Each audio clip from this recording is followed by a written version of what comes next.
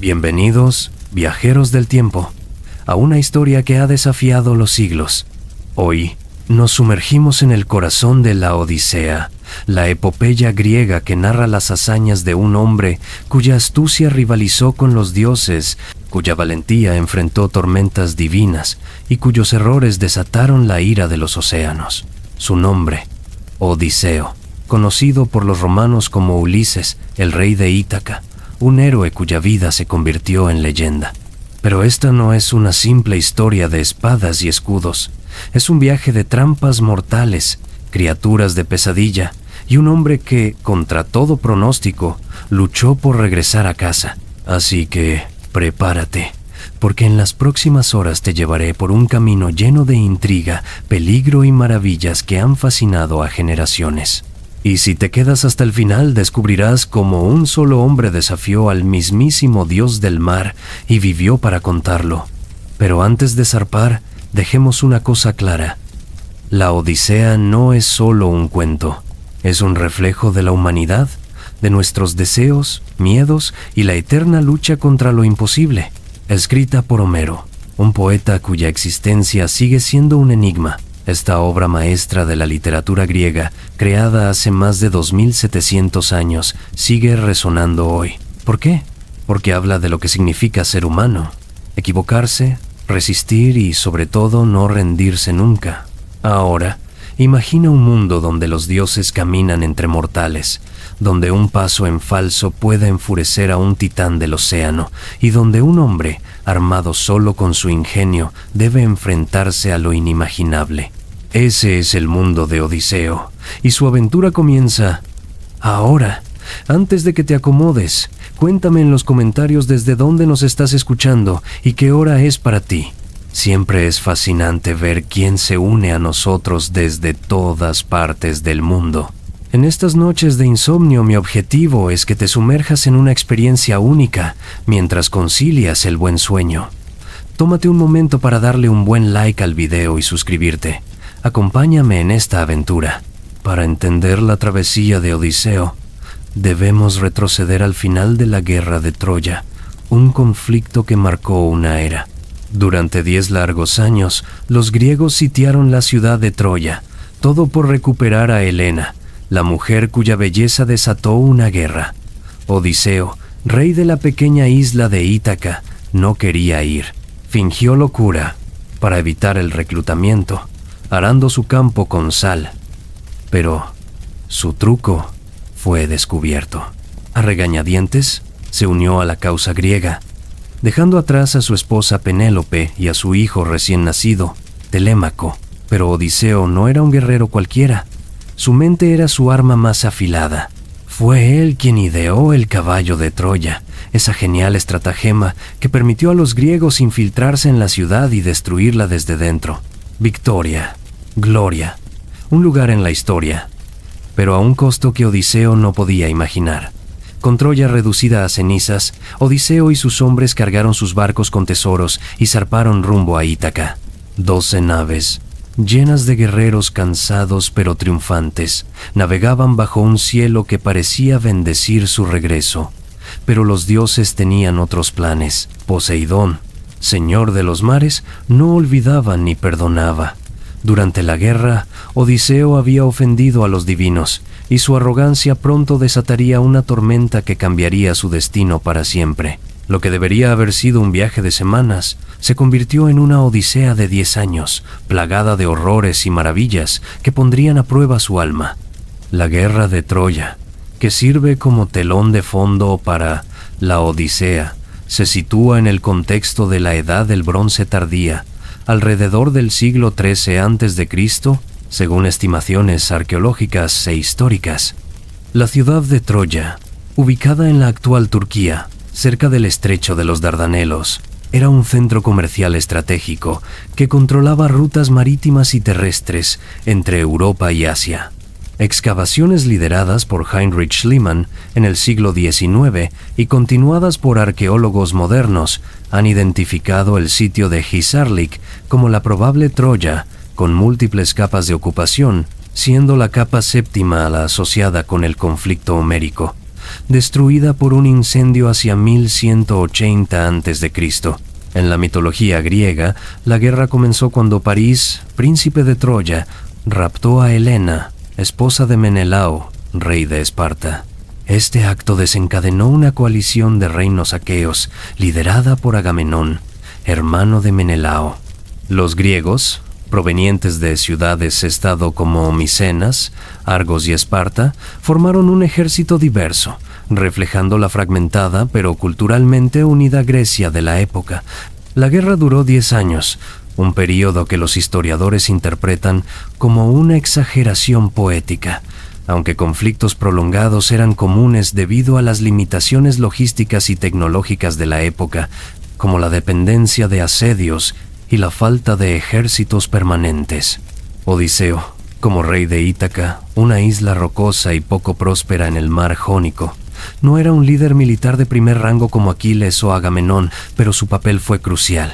Según la tradición homérica, intentó evitar el reclutamiento fingiendo locura, arando su campo con sal y un buey y un asno uncidos juntos.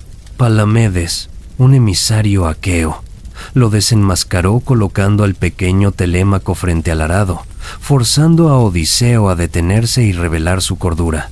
Este episodio refleja la importancia de la lealtad y el deber en la cultura griega, donde el rechazo a la guerra podía interpretarse como deshonra. El genio de Odiseo se manifestó en la creación del caballo de Troya, una estratagema que aprovechó las creencias religiosas de los troyanos. En la Grecia micénica, los regalos y ofrendas a los dioses eran comunes, y los troyanos interpretaron el caballo como una ofrenda sagrada, llevándolo dentro de sus murallas. Este engaño permitió a los griegos, escondidos en su interior, abrir las puertas de la ciudad, lo que llevó a su caída. Arqueológicamente, no hay evidencia directa del caballo, pero el relato refleja tácticas de engaño comunes en conflictos de la época, como emboscadas o infiltraciones. Tras la victoria, los aqueos saquearon Troya, tomando tesoros, esclavos y botines. Odiseo, al mando de 12 naves, partió con sus hombres, un número que simboliza su estatus modesto, pero respetado entre los reyes griegos. Las naves micénicas, de madera con velas cuadradas y remos, eran pequeñas, con capacidad para unos 50 a 60 hombres cada una, lo que sugiere que Odiseo lideraba unos 600 guerreros. La navegación en la Edad del Bronce dependía de los vientos y las corrientes, con rutas costeras para evitar el mar abierto, lo que hacía los viajes largos y peligrosos, especialmente en el Egeo, conocido por sus tormentas repentinas. El saqueo de Troya no solo marcó el inicio del viaje de Odiseo, sino que también desató tensiones divinas. En la cosmovisión griega, los dioses intervenían directamente en los asuntos humanos y la arrogancia de los vencedores, como el sacrilegio de violar templos troyanos, atrajo el castigo divino. Poseidón, protector de los mares y aliado de Troya por su papel en la construcción de sus murallas, se convirtió en el principal antagonista de Odiseo. Este conflicto refleja la creencia griega en la hibris, donde el exceso de orgullo humano provoca la ira de los dioses, un tema central en la Odisea. El viaje de regreso, o nostos, era un desafío común para los héroes griegos, ya que la guerra los alejaba de sus hogares por años, dejando reinos vulnerables y familias en incertidumbre. La economía micénica, basada en la agricultura y el comercio limitado, hacía que la ausencia de un rey como Odiseo debilitara Ítaca, preparando el escenario para los conflictos domésticos que encontraría al regresar. La narrativa de Homero, aunque mitológica, captura las realidades de una era de navegaciones inciertas, lealtades frágiles y la constante interacción entre lo humano y lo divino. La primera parada de Odiseo fue la tierra de los Cicones. La isla de los Cicones, situada en la costa de Tracia, al norte del mar Egeo, era una región conocida por los griegos antiguos como un lugar de pueblos belicosos y tierras fértiles. Los Cicones, descritos por Homero, eran un grupo tribal aliado de Troya durante la guerra, lo que los convertía en enemigos naturales de los griegos. Su ciudad principal, Ismaro, era un centro de comercio marítimo, famosa por sus viñedos que producían un vino dulce y embriagador tan potente que, según la tradición, debía diluirse con agua para no enloquecer a quien lo bebiera. Este vino que Odiseo y sus hombres saquearon no era solo un botín, era un símbolo de la riqueza y la cultura de los cicones, y su robo fue un insulto que encendió la furia del pueblo. El ataque a Ismaro fue una operación relámpago. Bajo el mando de Odiseo, los griegos desembarcaron al amanecer, aprovechando la sorpresa. Los cicones, aún celebrando sus propias festividades tras la guerra, no esperaban un asalto.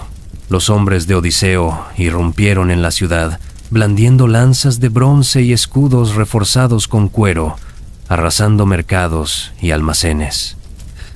Las calles, empedradas con losas desgastadas por el tiempo, se tiñeron de caos mientras los habitantes huían hacia las colinas. Los griegos no solo tomaron ganado y vino, sino también objetos de valor, copas de plata labrada, telas teñidas de púrpura y joyas que las mujeres cicones llevaban como amuletos. Odiseo, consciente de la necesidad de provisiones, permitió el saqueo, pero insistió en respetar a los sacerdotes y los templos, temiendo la ira divina. Sin embargo, sus hombres, embriagados por la victoria, ignoraron estas órdenes en algunos casos, lo que más tarde se interpretaría como una ofensa a Apolo, dios protector de Ismaro. Tras el saqueo, los hombres de Odiseo se instalaron en la playa cerca de sus naves para dividir el botín. Encendieron fogatas que iluminaban la noche, asaron corderos robados y destaparon ánforas de vino sicón. El aire se llenó de risas y cantos, un eco de las celebraciones tras la caída de Troya. Algunos hombres, según la tradición oral griega, incluso comenzaron a bailar danzas guerreras, blandiendo sus lanzas bajo la luz de la luna. Odiseo, aunque participó, mantuvo un ojo en el horizonte, preocupado por posibles represalias. Intentó convencer a sus hombres de zarpar antes del alba, pero la tripulación, agotada tras años de guerra y sedienta de alegría, lo persuadió de quedarse. Este momento de debilidad, donde Odiseo cedió ante la presión de sus hombres, marcó el primer error de juicio en su largo viaje. Los cicones no eran un pueblo que se rendía fácilmente. Mientras los griegos festejaban, los sobrevivientes de Ismaro enviaron mensajeros a las tribus vecinas, convocando a un ejército de guerreros montados, armados con arcos y carros de guerra reforzados con bronce. Al amanecer, el horizonte se llenó de polvo y el sonido de cascos retumbó como un trueno. Los cicones atacaron con una furia que parecía alimentada por los dioses. Sus arqueros, escondidos en las colinas, lanzaron una lluvia de flechas con puntas de obsidiana, mientras los carros cargaban contra los griegos, aplastando a los desprevenidos. La playa, antes un lugar de celebración, se convirtió en un campo de batalla caótico, con arena empapada de sangre y naves rodeadas por el enemigo. Odiseo, demostrando su habilidad táctica, organizó una retirada ordenada. Formó a sus hombres en una falange improvisada, usando los escudos para proteger a los arqueros mientras cargaban las naves con lo que podían salvar. Pero la superioridad numérica de los cicones era abrumadora. Los griegos lucharon con desesperación, usando lanzas para mantener a raya a los carros, pero cada nave perdió 6 hombres, ya fuera por flechas, golpes de maza o embestidas de los caballos cicones. La pérdida de 72 hombres fue un golpe devastador, no solo por los números, sino porque muchos eran amigos de Odiseo, compañeros que habían sobrevivido a Troya solo para caer en una playa extranjera por un error evitable. El episodio de los cicones no solo marcó el tono del viaje de Odiseo, sino que también reveló las tensiones dentro de su tripulación. Los hombres comenzaron a cuestionar su liderazgo, susurrando que su decisión de saquear Ismaro había traído la desgracia. Odiseo, por su parte, cargó con la culpa, pero la ocultó tras una máscara de determinación. Este evento reforzó su resolución de ser más estricto, aunque también sembró las semillas de futuras desobediencias, como en la isla de Helios. Narrativamente, los sicones sirven como un contraste con los desafíos sobrenaturales posteriores. Aquí, el enemigo es humano, y el peligro surge no de monstruos, sino de la arrogancia y la falta de disciplina. En la mitología griega, los sicones representaban la transición entre la guerra y el hogar, un primer obstáculo que probaba si los héroes podían dejar atrás la mentalidad de conquista. Para Odiseo, recién salido de la victoria en Troya, esta parada fue una prueba de liderazgo que no superó del todo. La cultura griega valoraba la xenia, hospitalidad, pero también veía el saqueo como un derecho de los vencedores. Sin embargo, la imprudencia de prolongar la celebración en tierra enemiga reflejaba una arrogancia que los dioses, siempre atentos, no pasarían por alto. Imagina un lugar donde el tiempo parece detenerse, donde cada brisa acaricia la piel como una promesa de paz eterna. Así era la isla de los lotófagos, un Edén engañoso que días después, una tormenta los llevó hasta allí, a una isla desconocida, cubierta de vegetación exuberante, que apareció ante Odiseo y sus hombres como un espejismo en medio de su tormentoso viaje. Pero esta no era una isla común, era un lugar donde la realidad se desdibujaba, donde los sentidos se rendían a una dulzura que podía borrar hasta el recuerdo de quién eras. La isla de los lotófagos no era solo un punto en el mapa, era una experiencia que abrumaba los sentidos.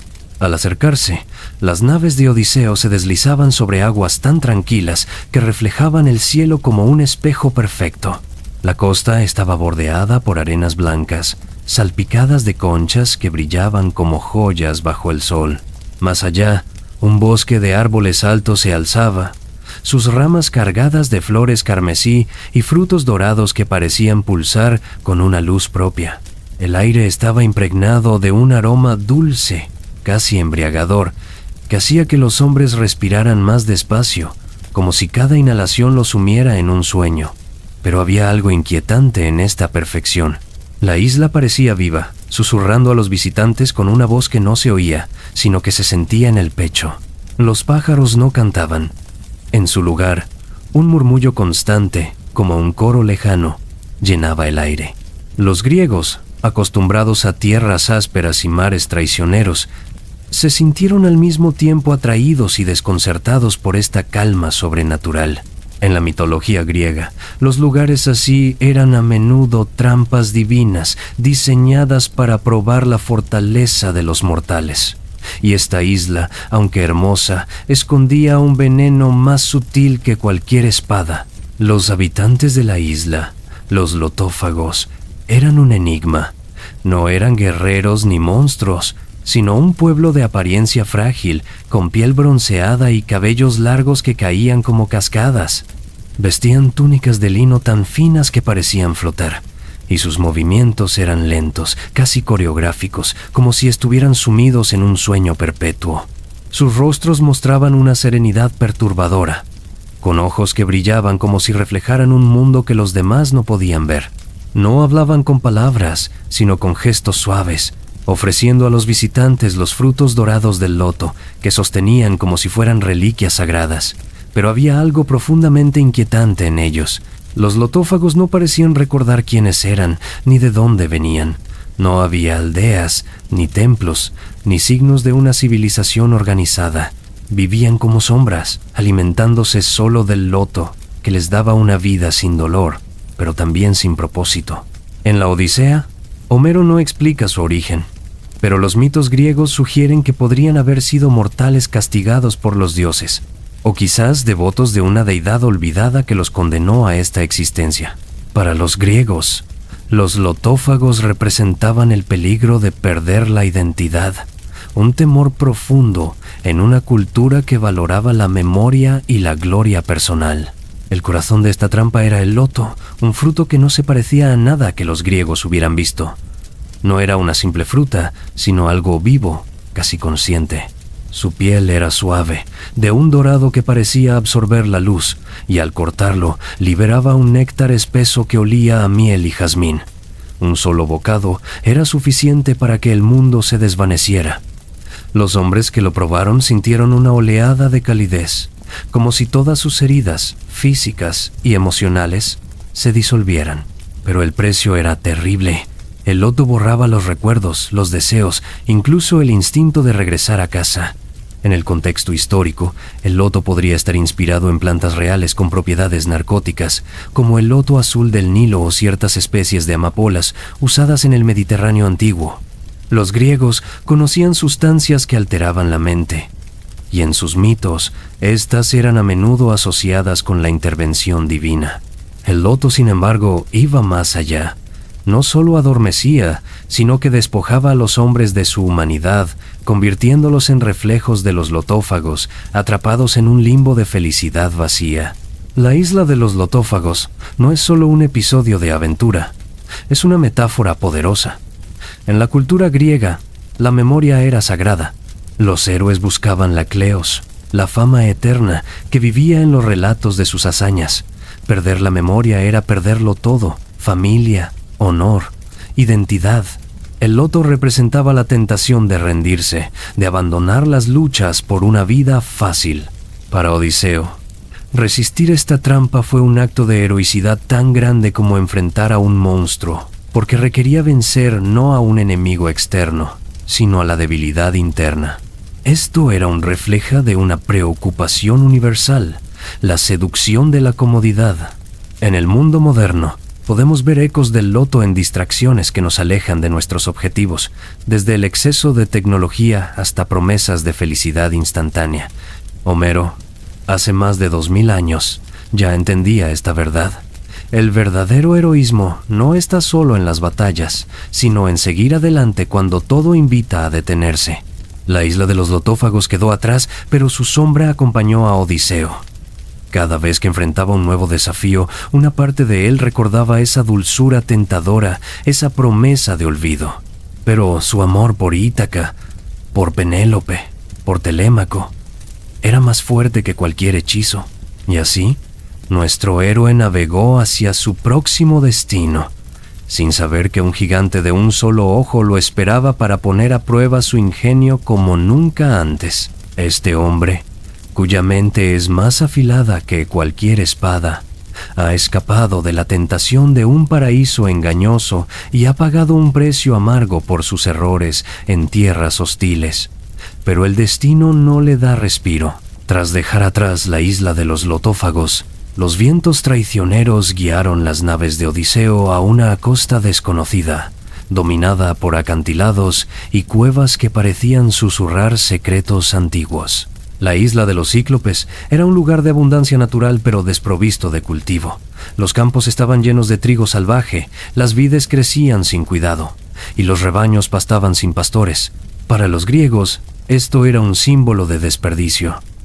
Una tierra rica que los cíclopes, en su ignorancia, no aprovechaban. La isla en sí era un espejismo de abundancia. Desde el mar, las naves de Odiseo divisaron colinas cubiertas de hierba esmeralda, salpicadas de ovejas y cabras tan gordas que parecían irreales. El aire olía a sal y tierra húmeda, y el sonido de los corderos balando resonaba como una invitación. Pero había algo inquietante. No se veían aldeas, ni caminos, ni humo de fogatas. Solo cuevas oscuras perforaban los acantilados, como bocas esperando devorar a los incautos.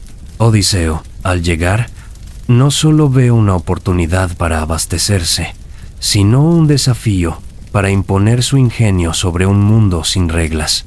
Hambrientos y agotados, los hombres divisaron rebaños de ovejas pastando en las colinas. Para un grupo de guerreros que llevaban semanas viviendo de pescado salado, aquello era un banquete enviado por los cielos. Odiseo, siempre curioso, decidió explorar una cueva cercana con 12 de sus mejores hombres, llevando odres de vino como ofrenda para los habitantes de la isla. Pero lo que encontraron dentro no era humano, ni siquiera mortal en el sentido común. Antes de adentrarnos en la cueva de Polifemo, retrocedamos un momento para entender a los cíclopes. En la mitología griega, estas criaturas no eran simples monstruos. Eran seres primordiales, hijos de Gea, la tierra, y Urano, el cielo, o en algunas versiones descendientes directos de Poseidón, Los griegos los imaginaban como gigantes forjadores, creadores de los relámpagos de Zeus, pero también como seres salvajes, apartados de la civilización. Vivían en islas remotas, sin leyes ni comunidad. Un contraste directo con la polis griega, donde el orden y la hospitalidad eran sagrados. Para los griegos, los cíclopes representaban el caos, la barbarie, lo opuesto a la humanidad civilizada. Este contexto hace que el encuentro de Odiseo con Polifemo no sea solo una batalla contra un monstruo, sino un choque entre la astucia humana y la fuerza bruta de un mundo primitivo. La cueva de Polifemo en particular era un abismo de piedra, con una entrada tan alta que un hombre habría necesitado escalar para alcanzarla. Dentro, el suelo estaba cubierto de estiércol seco y lana, y el aire era denso, con un olor a leche cuajada y carne cruda. En las paredes de la cueva colgaban cestas tejidas toscamente, llenas de quesos que Polifemo elaboraba con la leche de sus rebaños. Había toneles de madera llenos de suero, y en un rincón, un montón de huesos humanos, restos de viajeros menos afortunados que Odiseo. Este detalle, aunque no explícito en el guión previo, subraya la brutalidad del cíclope. No era solo un pastor gigante, sino un depredador que veía a los hombres como ganado. Para los griegos, este desprecio por la hospitalidad, xenia, era el mayor de los pecados, y Polifemo, al ignorar a Zeus como protector de los viajeros, se condenaba a sí mismo. ¿Por qué Odiseo decidió explorar la cueva en primer lugar? Y vemos un rasgo clave de su carácter, su curiosidad insaciable. Aunque sus hombres le rogaron volver a las naves, Odiseo insistió en conocer a los habitantes de la isla. En parte, era pragmatismo. Necesitaban provisiones, pero también había un deseo de aventura, de enfrentarse a lo desconocido. Esta dualidad define a Odiseo. Es un líder responsable, pero también un hombre atraído por el peligro, incapaz de resistir el desafío de lo nuevo. En la cueva, mientras esperaba a Polifemo, Odiseo inspeccionó cada detalle: las herramientas rudimentarias, los corrales, el fuego apagado. Su mente ya estaba calculando, buscando ventajas, incluso antes de saber con qué se enfrentaría. Sus hombres, en contraste, estaban al borde del pánico. Habían sobrevivido a los sicones, los lotófagos y tormentas divinas, pero la escala de la cueva los abrumaba. Cuando Polifemo entró, su reacción fue instintiva. Algunos intentaron esconderse, otros desenvainaron sus espadas, inútiles contra un gigante. Odiseo, sin embargo, mantuvo la calma, ofreciendo el vino con una cortesía que rayaba en la audacia. Este acto de diplomacia, aunque fallido, muestra su confianza en la xenia, la creencia griega de que la hospitalidad podía apaciguar incluso a un salvaje. Polifemo no era solo un gigante, era una presencia que dominaba el espacio. Su ojo, del tamaño de un escudo, brillaba con una mezcla de curiosidad y desprecio. Su voz era un trueno que hacía temblar las paredes, y sus manos, callosas como rocas, podían aplastar un cráneo sin esfuerzo. Pero había algo más en él, una soledad palpable. Vivía solo, sin familia ni comunidad, cuidando sus rebaños con un cariño que contrastaba con su brutalidad. Homero lo describe contando sus ovejas cada noche, llamándolas por nombres que solo él conocía. Este detalle humaniza al cíclope, haciéndolo trágico, un ser atrapado entre su naturaleza divina y su salvajismo. Un rugido estremeció la tierra. Entró Polifemo, un cíclope, un gigante de un solo ojo cuya estatura hacía parecer a los hombres como insectos. Su rostro, cubierto de cicatrices, era tan grotesco que helaba la sangre. Con una mano arrastraba un rebaño entero de ovejas. Con la otra cargaba un tronco que habría hundido un barco. Odiseo, con su calma característica, intentó negociar, ofreciendo vino y pidiendo hospitalidad en nombre de Zeus, protector de los viajeros. Pero Polifemo no respetaba a los dioses. Con una risa que retumbó como un trueno, tomó a 2 de los hombres de Odiseo, los aplastó contra las rocas y los devoró crudos, dejando un silencio de horror en la cueva. Encerrados, con una roca gigantesca bloqueando la salida, Odiseo y sus hombres estaban atrapados. Cada amanecer, Polifemo regresaba, devorando a 2 más de sus compañeros. La desesperación crecía, pero Odiseo, con su mente siempre en movimiento, observaba al monstruo. Notó que Polifemo usaba un bastón de olivo para guiar sus rebaños, un tronco tan grande que 12 hombres no podrían levantarlo. Y entonces, un plan comenzó a formarse. En la mitología, los cíclopes eran complejos. Como hijo de Poseidón, Polifemo tenía un linaje divino, pero su rechazo a las leyes de los dioses lo hacía un paria. Su fuerza era su orgullo, pero también su debilidad, pues confiaba en ella ciegamente, sin prever la astucia de un mortal. Cuando Odiseo le ofreció el vino, Polifemo lo bebió con una avidez infantil, mostrando una faceta casi ingenua. Este contraste entre su poder y su simplicidad hace que su derrota sea aún más satisfactoria para el público griego, que valoraba la inteligencia sobre la fuerza bruta. Odiseo ofreció a Polifemo el vino que habían traído, un licor tan potente que incluso un gigante sentiría su efecto.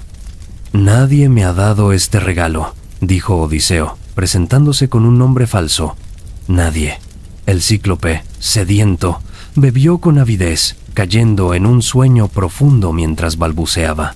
Entonces, Odiseo dio la orden. Sus hombres tomaron el bastón de olivo, lo afilaron hasta convertirlo en una lanza y lo calentaron en el fuego hasta que brillaba como el bronce fundido. Con un grito de guerra, lo clavaron en el ojo de Polifemo, girándolo hasta que el gigante despertó rugiendo de dolor. Ciego y furioso, Polifemo llamó a sus hermanos cíclopes, que vivían en cuevas cercanas. «Nadie me ha cegado, nadie me ataca», gritaba. Los otros cíclopes, confundidos, lo dejaron solo, pensando que deliraba. Pero Odiseo aún no estaba a salvo. Polifemo, aunque ciego, bloqueaba la entrada, palpando cada oveja que salía para asegurarse de que los hombres no escaparan. Aquí, la genialidad de Odiseo brilló de nuevo. Ató a sus hombres bajo el vientre de las ovejas más grandes y él mismo se aferró al carnero líder. Al amanecer, cuando Polifemo dejó salir su rebaño, no sintió más que lana, mientras los griegos escapaban hacia sus barcos. Odiseo, tras cegar al monstruo y escapar de su cueva, con las naves ya en el mar, no pudo resistir la tentación de burlarse del gigante y grita su verdadero nombre desde la seguridad de su nave. Fue Odiseo, rey de Ítaca, quien te cegó. No solo revela su identidad, sino que expone su talón de Aquiles, un orgullo desmedido que los griegos llamaban hibris. Este acto de arrogancia, un destello de vanidad en un hombre conocido por su ingenio, no fue un simple grito al viento, fue una afrenta que resonó hasta el Olimpo, sellando su destino y el de sus hombres bajo la furia de un dios. En la Grecia de Homero, la hibris no era solo arrogancia, era un desafío directo al orden cósmico. Los griegos creían que los mortales debían respetar a los dioses y mantener su lugar en el universo.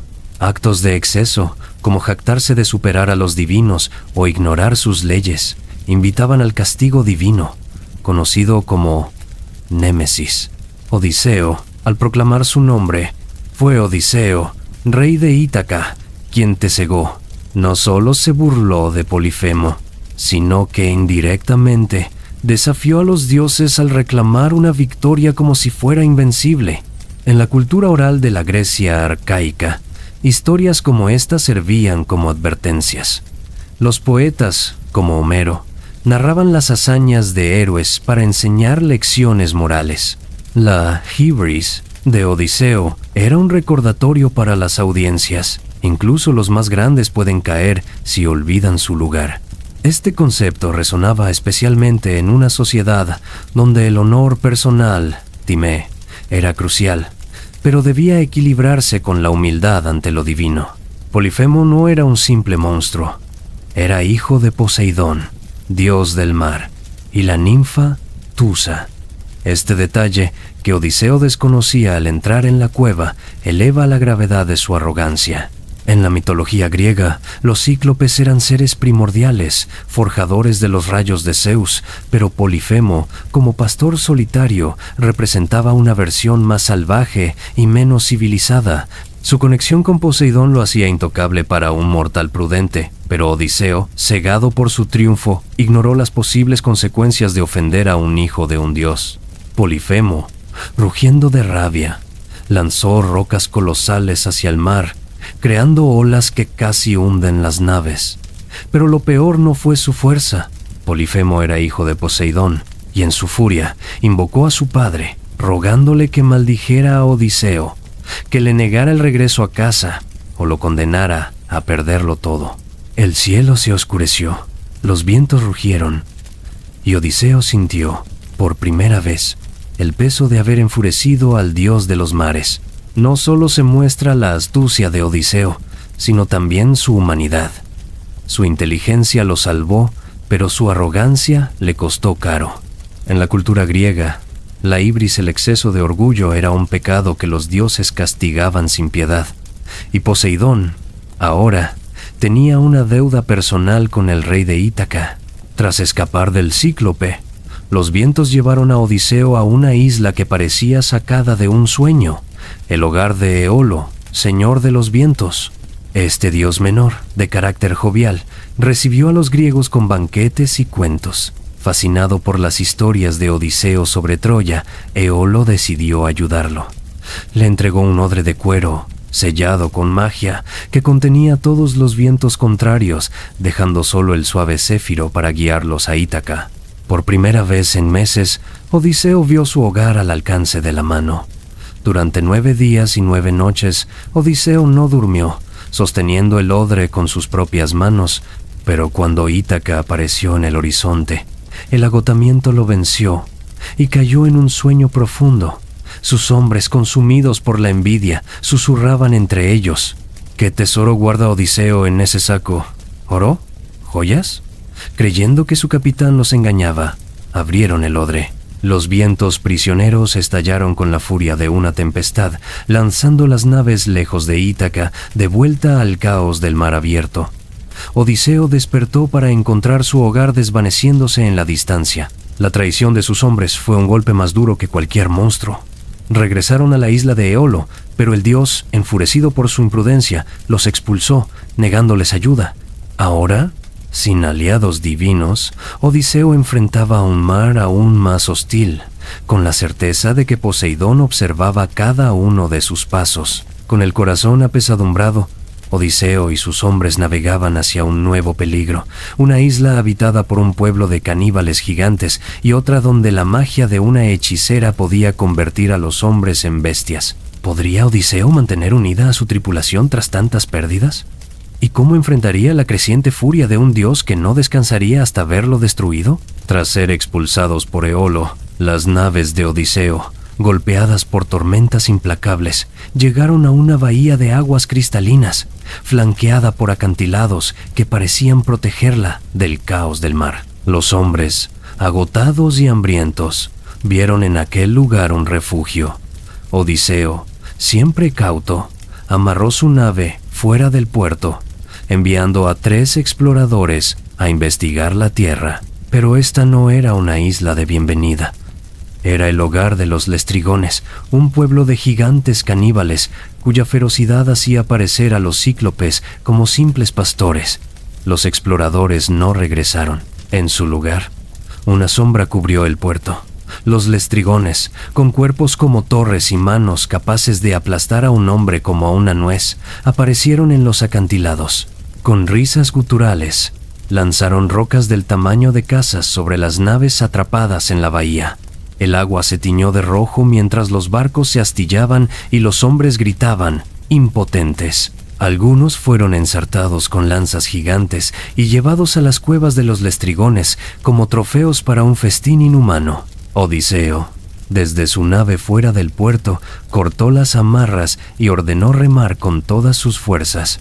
Solo su barco escapó, dejando atrás 11 naves destrozadas y cientos de compañeros devorados o ahogados. La pérdida fue devastadora. De 12 naves, solo quedaba una. Los hombres, ahora apenas un puñado, miraban a Odiseo con rostros marcados por el miedo y la desconfianza, pero él, con su voluntad inquebrantable, les habló de Ítaca, de sus hogares, de las familias que los esperaban. Aunque su voz temblaba, sus palabras reavivaron una chispa de esperanza. Sin embargo, en su interior, Odiseo sabía que el mar, guiado por la furia de Poseidón, no había terminado con él. Días después, la nave llegó a una isla de belleza sobrenatural, donde los pájaros cantaban melodías hipnóticas y el aire olía a hierbas exóticas. Desesperados por comida y descanso, Odiseo dividió a su tripulación en 2 grupos. Eurílochus, su segundo al mando, lideró a un grupo. Cuando los hombres de Odiseo, liderados por Eurílochus, llegaron al corazón de la isla, el bosque se abrió para revelar un palacio de mármol pulido, con columnas talladas que parecían brillar bajo la luz del sol. El aire estaba impregnado de aromas dulces, como si las flores mismas cantaran una invitación. En la entrada, animales salvajes, leones, lobos, panteras, paseaban con una calma inquietante, mirándolos no con hambre, sino con una tristeza que helaba el alma. Eurílochus, desconfiado, dudó, pero sus hombres, hambrientos tras semanas de penurias, ignoraron las señales. Una voz melodiosa los llamó desde el interior, y allí estaba Circe, tejiendo en un telar de oro, con una belleza que parecía desafiar las leyes de la naturaleza. Circe, que los recibió con un banquete de carnes, quesos y vino dulce. Pero algo en sus ojos, un destello de astucia divina, debería haberlos alertado. Circe los recibió con una hospitalidad que rayaba en lo sobrenatural. Mesas cargadas de manjares, cerdo asado, panes recién horneados, quesos cremosos los esperaban, junto con jarras de vino tinto que brillaban como rubíes. Los hombres, olvidando toda cautela, se lanzaron al festín, riendo y brindando por su buena fortuna. Circe, con una sonrisa que ocultaba un destello de malicia, los animaba, sirviéndoles más vino, pero cada sorbo era un paso hacia su perdición. El vino, mezclado con hierbas encantadas, nublaba sus mentes, haciéndolos sentir invencibles, pero también indefensos. De pronto, un grito rompió la alegría. Uno de los hombres, con un trozo de pan aún en la mano, cayó al suelo, sus dedos fusionándose en pezuñas. Otro intentó hablar, pero solo emitió un gruñido. En segundos, el salón se llenó de caos. Los hombres de Odiseo, uno tras otro, se transformaban en cerdos, sus rostros humanos desvaneciéndose en hocicos, sus cuerpos cubriéndose de cerdas. Circe, de pie en el centro, alzó una vara de ébano, su voz resonando como un trueno suave. «A los corrales, mis nuevos huéspedes», dijo, mientras los cerdos, aún con destellos de conciencia humana en sus ojos, eran conducidos a jaulas al aire libre. Eurílochus, que había permanecido en la entrada, vio todo desde las sombras. Su instinto lo había salvado, pero el horror lo paralizó. Corrió de vuelta a la playa balbuceando sobre brujería y traición. Cuando relató lo sucedido a Odiseo, el rey sintió una furia ardiente, pero también una determinación fría. No abandonaría a sus hombres. Tomó su espada, una capa raída y un cuchillo de bronce, y se dirigió solo hacia el palacio, sabiendo que enfrentaría un poder más allá de lo mortal. Mientras Odiseo avanzaba, el bosque parecía cerrarse a su alrededor, como si la isla misma conspirara contra él. De pronto, un destello de luz rompió la penumbra, y un joven de sandalias aladas se materializó ante él. Era Hermes, el dios de los viajeros, con una sonrisa que mezclaba diversión y urgencia. «Vas hacia una trampa, rey de Ítaca», dijo, su voz como un susurro del viento. «Circe es hija de Helios, y su magia es más antigua que los muros de Troya. Pero no estás solo». Hermes arrancó una hierba del suelo, una planta de raíz negra y flor blanca, conocida como moli. «Guarda esto en tu manto. Te protegerá de su hechizo. Pero cuidado, Tu espada no servirá contra ella. Usa tu mente. El moli era un símbolo de resistencia en la mitología griega, una planta que solo los dioses podían arrancar. Representaba la lucha entre la voluntad humana y las fuerzas sobrenaturales, un tema central en la Odisea. Odiseo, agradecido pero alerta, guardó la hierba y continuó, sintiendo el peso de su misión. Cada paso resonaba con el eco de los gruñidos de sus hombres, atrapados en cuerpos que no eran suyos. Odiseo cruzó el umbral del palacio, ignorando a los animales que lo observaban con ojos suplicantes. Circe, sentada en su telar, lo recibió con una calma que ocultaba su sorpresa. «Un viajero solitario», dijo, con una voz que parecía acariciar el aire. «Ven, descansa, bebe». Le ofreció una copa de vino, idéntica a la que había condenado a sus hombres. Odiseo, con el moli oculto en su mano, bebió sin dudar. El hechizo intentó envolverlo, pero la hierba lo protegió, dejando su mente clara. Circe, confiada, alzó su vara para completar la transformación, pero Odiseo permaneció intacto, su mirada fija en ella. En un movimiento rápido, Odiseo desenvainó su espada y la apuntó al cuello de la hechicera. «Libera a mis hombres, o juro por Zeus que este palacio será tu tumba», rugió. Circe, por primera vez, mostró temor, pero también admiración. «Solo un hombre bendecido por los dioses podría resistir mi magia», dijo, bajando su vara. «¿Quién eres, mortal?» Odiseo, sin bajar la guardia, respondió: «Soy Odiseo, rey de Ítaca, y no descansaré hasta que mis hombres sean libres». Circe, intrigada, juró por el río Estigia, un voto que ni los dioses podían romper, que no lo traicionaría. Circe cumplió su palabra, condujo a Odiseo al corral, donde los cerdos gruñían y arañaban la tierra, sus ojos llenos de una humanidad rota. Con un movimiento de su vara, murmuró un cántico en una lengua antigua, y un resplandor dorado envolvió a las bestias. Uno por uno, los cerdos se alzaron, sus cuerpos transformándose en hombres nuevamente, pero no eran los mismos. Sus rostros eran más jóvenes, sus cuerpos más fuertes, como si la magia de Circe los hubiera renovado. Lágrimas corrieron por sus mejillas mientras abrazaban a Odiseo, agradeciendo su valentía. Circe, fascinada por la inteligencia, el carisma, la astucia y el valor de Odiseo, cumplió su promesa y lo invitó a quedarse. Con un toque de su vara, los cerdos volvieron a ser hombres, más fuertes y jóvenes que antes. Lo que siguió fue un año de abundancia. Los hombres de Odiseo, agotados por años de penurias, disfrutaron de festines, música y la hospitalidad de Circe. Durante un año, los hombres vivieron en un lujo que nunca habían conocido.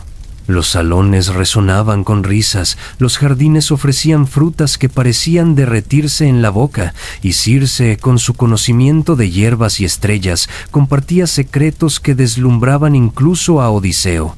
Ella le enseñó sobre los vientos del mundo, los nombres de constelaciones olvidadas y los ritos para apaciguar a los dioses. Pero también lo tentaba con promesas de poder, susurrándole que podía ser más que un rey mortal. Ella, fascinada por Odiseo, lo tomó como su amante, y por un tiempo el rey de Ítaca pareció olvidar su hogar, pero bajo la superficie, la culpa lo carcomía. Odiseo, aunque atraído por Circe, nunca olvidó su hogar. Cada amanecer, caminaba a la playa, mirando el horizonte donde Ítaca lo esperaba. Penélope y Telémaco eran su ancla, un recordatorio de que ningún paraíso podía reemplazar su deber. Sus hombres, sin embargo, comenzaron a sucumbir a la comodidad, olvidando el mar y sus familias. Fue Eurilocus, irónicamente, quien despertó a Odiseo de este letargo, recordándole que su destino no estaba en una isla encantada. Un día, los hombres de Odiseo, inquietos, le pidieron reanudar el viaje. Circe, con una mezcla de tristeza y respeto, aceptó. Pero antes reveló una verdad escalofriante. Para encontrar el camino a Ítaca, Odiseo debía descender al inframundo, el reino de Hades, y consultar al profeta Tiresias. Solo él podía guiarlo a casa y advertirle de los peligros que lo esperaban. Circe le enseñó los ritos necesarios. Un sacrificio de sangre para invocar a los muertos, un acto que pondría a prueba su valor como nunca antes. Con el corazón apesadumbrado, Odiseo reunió a su tripulación y zarpó hacia el fin del mundo, donde el río Océano marcaba la entrada al reino de las sombras. El mar se volvió frío, el cielo se oscureció, y los hombres remaban en silencio, temiendo lo que les esperaba. Con una sola nave y un puñado de hombres, Odiseo se prepara para enfrentar lo imposible. Un viaje al inframundo, donde los muertos susurran verdades que los vivos temen escuchar. ¿Qué secretos le revelará Tiresias? ¿Y cómo sobrevivirá a los peligros que acechan en un mar lleno de criaturas que desafían la imaginación? Odiseo, el ingenioso rey de Ítaca, ha burlado gigantes, hechiceras y la furia de un dios implacable. Su viaje lo lleva a un lugar donde ni su astucia ni su espada pueden protegerlo del todo. El inframundo, el reino de las sombras, donde los muertos guardan secretos que podrían salvarlo o condenarlo. Guiado por las instrucciones de Circe y tras dejar la isla, Odiseo navegó hacia el fin del mundo, donde el sol nunca brillaba, donde el río Océano, el límite entre los vivos y los muertos, marcaba la entrada al reino de Hades. El aire era denso, el silencio opresivo, roto solo por el crujir de los remos, cargado de un frío que calaba los huesos, como si la vida misma se desvaneciera. Los hombres remaban en silencio, sus rostros pálidos reflejando el temor a lo que les esperaba. Odiseo, de pie en la proa, sostenía un odre de sangre de ovejas negras, preparado según los ritos que Circe le había enseñado. Su mirada, firme pero tensa, escudriñaba la niebla que envolvía la costa. «Aquí no hay gloria, solo verdad», murmuró, más para sí mismo que para sus hombres. Allí, en una playa de guijarros negros, la nave encalló en una playa de piedras afiladas, donde el viento gemía como un coro de almas perdidas. No había sol ni estrellas, solo una penumbra que parecía devorar la luz. Odiseo ordenó a sus hombres permanecer en la nave, temiendo que el pánico los dominara. Solo él y 2 compañeros leales, Perimedes y Euríloco, desembarcaron para realizar el ritual. Con manos temblorosas, cavaron un foso en la arena negra de un codo de ancho, como Circe había indicado, y realizó un sacrificio. Vertieron miel, leche, vino y, finalmente, la sangre de las ovejas sacrificadas, un aroma que, según la hechicera, atraería a los muertos como polillas a la llama. El silencio se rompió con un zumbido, como si el aire mismo vibrara. Sombras informes comenzaron a surgir de la niebla, sus contornos apenas visibles, como humo que se retuerce. Eran las almas de los muertos, atraídas por la sangre, con ojos vacíos que suplicaban un sorbo para recordar, aunque fuera por un instante, la calidez de la vida. Odiseo, con su espada desenvainada, las mantuvo a raya, esperando. El primero en aparecer, de entre las sombras, una figura que se alzó, más sólida que las demás, fue Tiresias, el profeta ciego cuya sabiduría trascendía la muerte, el profeta de Tebas, cuya muerte no había apagado su don de ver el destino. Su voz, áspera como grava, cortó el aire. Con una voz que parecía venir de otro mundo, le habló a Odiseo de su destino.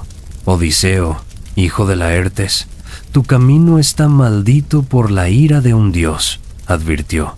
«Evita las vacas sagradas del dios Helios, pues tocarlas traerá a la ruina, y cuídate de la ira de Poseidón, que aún arde por tu ofensa». Tiresias también le reveló una verdad devastadora. Regresaría a casa, pero solo, sin sus hombres, y su hogar estaría lleno de intrusos. Solo tu astucia y paciencia te devolverán lo que es tuyo.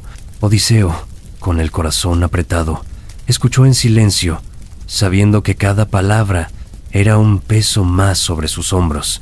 Odiseo, arrodillado junto al foso, sintió el peso de cada palabra. La soledad que Tiresias profetizaba era más aterradora que cualquier cíclope o tormenta. Pero el profeta no había terminado. Le advirtió que incluso en Ítaca su viaje no acabaría. Debería emprender una última peregrinación, llevando un remo al interior, hasta encontrar un pueblo que nunca hubiera visto el mar, para apaciguar a Poseidón con un sacrificio. Solo entonces, dijo Tiresias, encontraría paz. Con Tiresias desvaneciéndose, otras almas se acercaron, ansiosas por beber la sangre y hablar. La primera fue Anticlea, la madre de Odiseo. Verla fue como un puñal en el pecho. Su rostro, pálido pero familiar, estaba marcado por la tristeza. Odiseo, con lágrimas corriendo por sus mejillas, intentó abrazarla 3 veces, pero sus manos atravesaron su forma etérea, como si abrazara el viento. «Madre, ¿cómo moriste?», preguntó, con la voz rota. Anticlea, tras beber del foso, habló. «No fue enfermedad ni guerra, hijo. Fue el dolor de tu ausencia lo que apagó mi luz». Le contó cómo Penélope seguía tejiendo, esperando su regreso, y cómo Telémaco crecía fuerte pero acosado por los pretendientes que invadían su hogar. El encuentro con Anticlea no solo rompió el corazón de Odiseo, sino que reavivó su propósito. Pero las sombras no daban tregua. Apareció el Penor, uno de sus hombres más jóvenes, muerto al caer borracho del tejado en la isla de Circe. «No me diste sepultura», suplicó, con una voz que era más lamento que reproche. Odiseo juró honrarlo, prometiendo un funeral digno al regresar. Luego vino Agamenón, el rey de Micenas, líder de los griegos en Troya. Su sombra estaba cargada de amargura, traicionado y asesinado por su esposa al volver de la guerra. «Confía en tu astucia, Odiseo, pero cuídate de los corazones humanos», advirtió, antes de desvanecerse. El último encuentro fue con Aquiles, el héroe invencible de Troya, cuya gloria en vida era legendaria. Pero en el inframundo, su tono era sombrío. «Prefiero ser un campesino vivo que un rey entre los muertos», dijo, rechazando la fama que le costó la vida. Preguntó por su hijo Neoptólemo, y Odiseo, con orgullo, le contó cómo el joven se había convertido en un guerrero formidable. Aquiles, por un instante, pareció sonreír antes de disolverse en la niebla. Cada encuentro era una herida y una lección. El inframundo, en la mitología griega, no era solo un lugar de castigo, sino un espejo donde los vivos enfrentaban sus verdades más crudas. Para Odiseo, fue un recordatorio de sus fracasos como líder, esposo y padre, pero también una chispa para seguir adelante.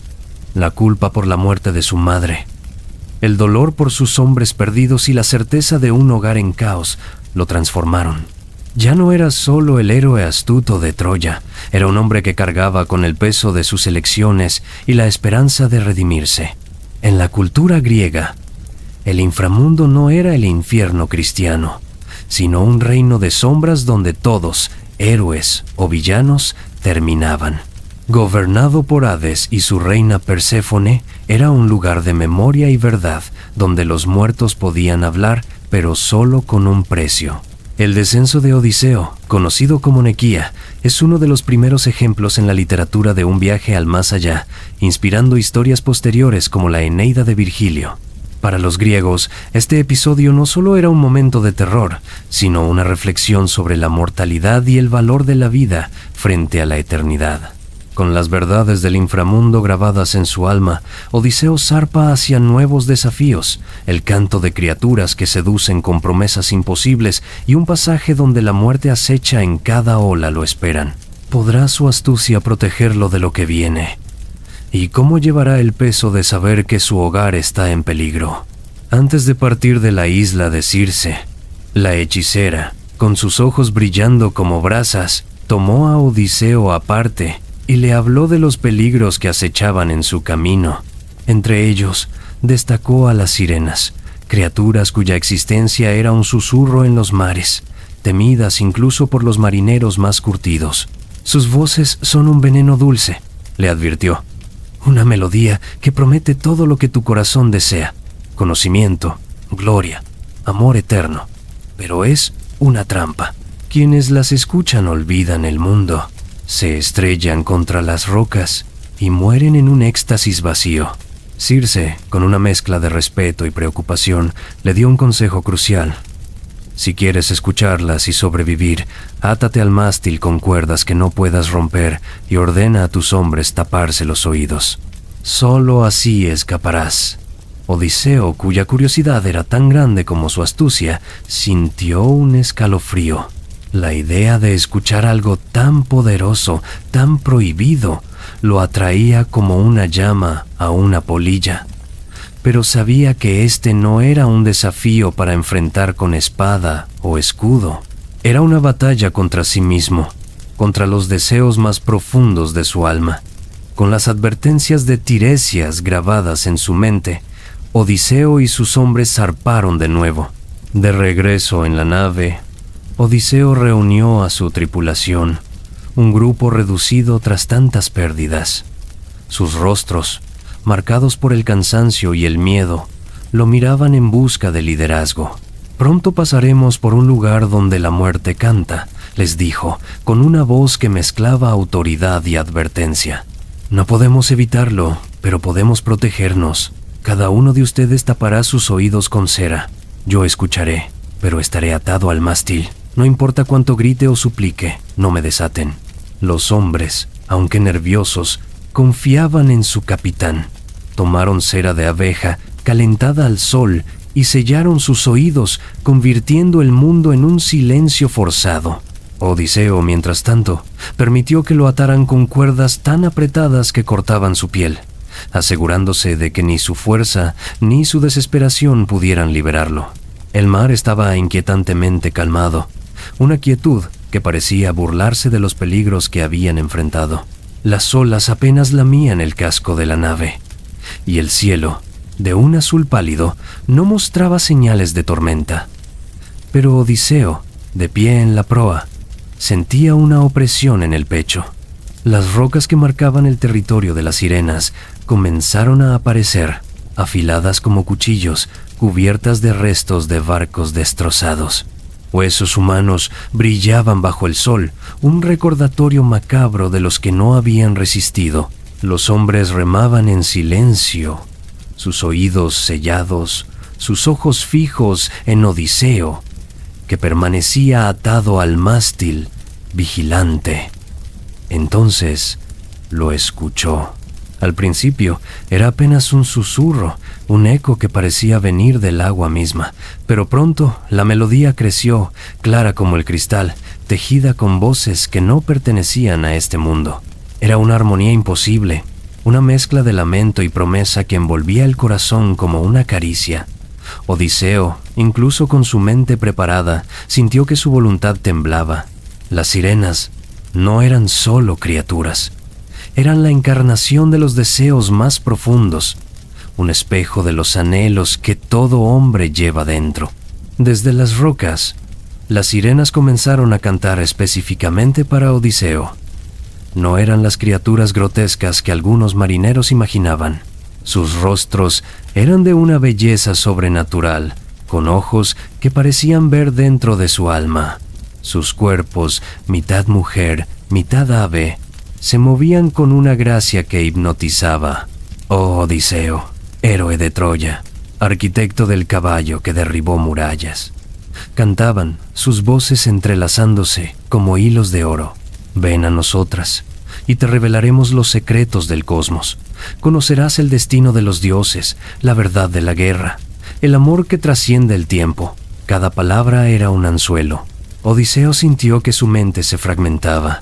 Las sirenas no solo prometían conocimiento, evocaban imágenes de Penélope, pero perfeccionada, sin las cicatrices del tiempo o la espera. Le mostraban a Telémaco, ya no un niño, sino un rey glorioso que lo abrazaba. Le ofrecían la gloria eterna, un lugar entre los dioses, libre de las cadenas de la mortalidad. Su cuerpo se tensó contra las cuerdas, sus manos luchando por liberarse. «¡Desátenme!», gritó, su voz quebrándose. «Debo ir con ellas». Pero sus hombres, sordos al canto y a sus súplicas, remaban con fuerza, sus rostros crispados por el esfuerzo. Las sirenas, al ver que no podían atraerlo, cambiaron su táctica. Su canto se volvió más oscuro, más personal. ¿Por qué sufrir, Odiseo?, susurraban. Has perdido a tus hombres, has enfurecido a los dioses. Ítaca no es más que un sueño roto. Quédate con nosotras y el dolor desaparecerá. Estas palabras golpearon a Odiseo como una daga. Cada pérdida, los icones, el cíclope, los lestrigones. Escila resurgió en su mente, un torrente de culpa que amenazaba con ahogarlo. Sus gritos se convirtieron en sollozos, pero las cuerdas lo mantuvieron firme y la nave siguió avanzando. Lentamente, la melodía se desvaneció, como si el mar mismo la hubiera tragado. Las sirenas, frustradas, emitieron un último lamento, un sonido que cortaba como el viento. Odiseo, agotado, colgó de las cuerdas, su cuerpo temblando. Sus hombres, al ver las rocas atrás, retiraron la cera de sus oídos y lo desataron. Pero el Odiseo que liberaron no era el mismo. Sus ojos, antes llenos de determinación, ahora cargaban un peso nuevo. Había escuchado la verdad de sus deseos más profundos, y eso lo cambió para siempre. El encuentro con las sirenas no dejó cicatrices físicas, pero su impacto fue más profundo. Odiseo, el hombre que había vencido a un cíclope con astucia, ahora enfrentaba una verdad incómoda. Su corazón anhelaba cosas que no podía tener: la gloria, el conocimiento, un mundo sin dolor. Todo lo que las sirenas le ofrecieron era una tentación que seguiría susurrando en su mente. Sus hombres, aunque no escucharon el canto, notaron el cambio en su capitán. La confianza que una vez los unía se resquebrajó un poco más, otro recordatorio de que cada prueba los acercaba a Ítaca, pero también los separaba como tripulación. Con las sirenas atrás, Odiseo y sus hombres enfrentan un nuevo peligro, un estrecho donde dos horrores, Escila y Caribdis, esperan para devorarlos. El canto de las sirenas ha dejado a Odiseo más frágil, pero también más decidido. ¿Podrá su astucia guiarlos a través de un paso donde la muerte es inevitable? Tras escuchar las advertencias del profeta Tiresias y resistir el canto hipnótico de las sirenas, Odiseo y su tripulación se acercaron a un estrecho que los marineros griegos temían más que cualquier tormenta. Este pasaje, flanqueado por acantilados tan altos que rozaban las nubes, era el único camino hacia su destino. Pero no era un simple canal de agua.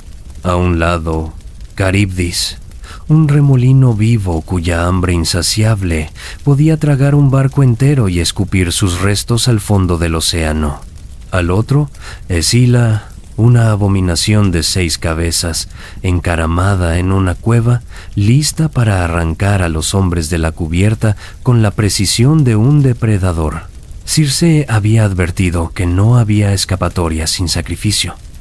No puedes luchar contra ninguno de los dos, le dijo. Pasar cerca de Caribdis significa perder la nave, te devorará a todos.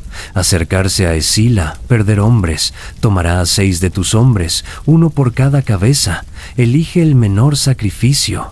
Odiseo, cuyo corazón ya cargaba el peso de tantas pérdidas, se enfrentó a una decisión que ningún líder debería tomar. Luchar contra Caribdis era una sentencia de muerte para todos. Acercarse a Escila significaba condenar a 6 de sus compañeros, hombres que habían sangrado y reído con él durante años. Pero Odiseo, con su pragmatismo brutal, eligió salvar a la mayoría, aunque eso significara llevarse las caras de los caídos en cada pesadilla futura. De pie en la proa de su nave, con el viento salado azotándole el rostro, Odiseo observó el horizonte donde los acantilados se alzaban como guardianes de un reino prohibido. Sus hombres, agotados pero confiados en su capitán, remaban con ritmo constante, ignorantes del horror que los esperaba. Odiseo tomó una decisión que pesaría en su alma. No les hablaría de Escila. Si les contaba que 6 de ellos serían sacrificados, el pánico se apoderaría de la tripulación. Algunos podrían negarse a remar, otros intentar un ataque inútil contra el monstruo. En lugar de eso, les ordenó armarse con lanzas y escudos, como si pudieran defenderse de Caribdis. «Mantengan los ojos en el agua», les dijo, «y remen con todo lo que tienen». A medida que la nave entraba en el estrecho, el aire se volvió denso, cargado de sal y un olor extraño, como a azufre y podredumbre. A estribor, Caribdis rugía, un vórtice de agua que giraba con tal fuerza que los remos temblaban en las manos de los hombres. El agua se arremolinaba en espirales negras, succionando algas, peces y trozos de madera hacia un abismo que parecía no tener fondo. Los hombres, con los rostros pálidos, miraban hipnotizados el remolino, mientras Odiseo gritaba órdenes para mantener el rumbo cerca del acantilado opuesto. «¡A babor! ¡Remen a babor!», rugía, sabiendo que cada metro hacia el acantilado los acercaba a Escila. La nave se tambaleaba, atrapada en la corriente de Caribdis. Un remo se partió, arrancado por la fuerza del agua, y un marinero casi cayó por la borda, salvado solo por la mano rápida de un compañero. Odiseo, con su espada en la mano, caminaba por la cubierta, animando a sus hombres. «No miren el agua, miren el horizonte, Ítaca nos espera». Pero incluso él sentía el terror en sus huesos. Caribdis no era solo un remolino, era una fuerza primordial, un recordatorio de que el mar bajo el dominio de Poseidón no tenía piedad con los mortales. Justo cuando la nave parecía escapar del alcance de Caribdis, un chillido desgarró el aire, un sonido que helaba la sangre y hacía crujir los dientes. Desde una cueva en el acantilado, Escila apareció. 6 cabezas, cada una unida a un cuello largo y escamoso, se alzaban como serpientes gigantes, con bocas llenas de filas de dientes afilados como dagas. Sus ojos, amarillos y brillantes, escudriñaban la nave con una inteligencia cruel. Los hombres, que hasta ese momento habían estado enfocados en el remolino, levantaron la vista y el terror los paralizó. Sin aviso, las cabezas de Escila descendieron como relámpagos. Cada una eligió a un hombre, arrancándolo de la cubierta con precisión quirúrgica. Los gritos de los marineros resonaban mientras eran alzados hacia la cueva, sus cuerpos agitándose en las fauces del monstruo. Uno intentó clavar su lanza en un cuello, pero la piel de Escila, dura como el hierro, desvió el golpe. Otro, atrapado entre los dientes, gritó el nombre de Odiseo antes de ser silenciado. La sangre salpicaba la cubierta y los remos caían de las manos de los sobrevivientes, que miraban con ojos desorbitados. Odiseo, con el rostro contraído por la furia y la impotencia, blandió su espada, pero sabía que no podía hacer nada. Corrió hacia el timón gritando: «¡Remen! ¡Por sus vidas, remen!». Los hombres, despertando de su trance, se aferraron a los remos, impulsando la nave hacia adelante, mientras las cabezas de Escila se retiraban, saciadas, a su cueva. El sonido de los huesos crujiendo en la distancia perseguiría a los sobrevivientes por el resto de sus días. Cuando el estrecho quedó atrás, la nave navegaba en un silencio sepulcral. 6 hombres, compañeros de años, habían desaparecido en un instante. Los sobrevivientes miraban a Odiseo, algunos con rabia, otros con desesperación. «¿Por qué no nos advertiste?», murmuró uno. Pero Odiseo no respondió. Se quedó en la proa, con la mirada perdida en el horizonte, la espada aún en la mano, manchada de sal y sangre. Había salvado a la mayoría, pero el costo lo desgarraba. Cada rostro de los caídos hombres con nombres, risas, historias se grababa en su memoria. En la mitología griega, Escila y Caribdis no son solo monstruos, sino símbolos de los dilemas que definen la vida. Representan las decisiones donde no hay victoria limpia, donde el liderazgo exige sacrificios que dejan cicatrices. Para Odiseo, este episodio fue una prueba de su humanidad. Podía engañar a cíclopes y hechiceras, pero no podía engañar al dolor de perder a sus hombres. Este momento lo endureció, pero también lo preparó para los desafíos finales que lo esperaban en su largo camino a casa. Con el estrecho de Escila y Caribdis atrás, Odiseo y sus hombres, ahora más pequeños en número pero no en determinación, navegan hacia una isla que promete descanso, pero oculta una prueba aún más peligrosa. ¿Podrá Odiseo mantener a su tripulación unida tras esta tragedia? ¿Y cómo enfrentará la sombra de Poseidón que aún acecha en cada ola? Tras escapar del estrecho donde acechaban Escila y Caribdis, la nave de Odiseo, con sus velas rasgadas y su casco crujiendo, divisó una isla que parecía un sueño. El sol brillaba con una intensidad casi sobrenatural, bañando los prados en un resplandor que hacía relucir cada hoja, cada gota de rocío. Las vacas de Helios, con pelajes que destellaban como oro fundido y cuernos curvos como medias lunas, pastaban plácidamente, ajenas a los intrusos. Sus mugidos resonaban como una melodía grave, casi hipnótica. Los hombres, con los rostros hundidos por el hambre y los ojos apagados tras semanas de raciones de pescado seco, miraron aquel espectáculo con una mezcla de asombro y deseo. Odiseo, de pie en la proa, sintió un escalofrío. Recordó las palabras de Tiresias en el inframundo. No toques las vacas de Helios, pues su ira traerá la ruina. Con voz firme, reunió a su tripulación en la playa, apenas un puñado de hombres curtidos por años de penurias. «Esta isla es sagrada», les dijo, señalando los rebaños que parecían brillar bajo el sol. «No debemos tocar ni un pelo de esas bestias. Juradlo por los dioses». Los hombres asintieron, pero Odiseo vio en sus miradas un destello de duda, un hambre que no se aplacaba con promesas. Decidieron acampar en la costa, lejos de los prados donde pastaban las vacas.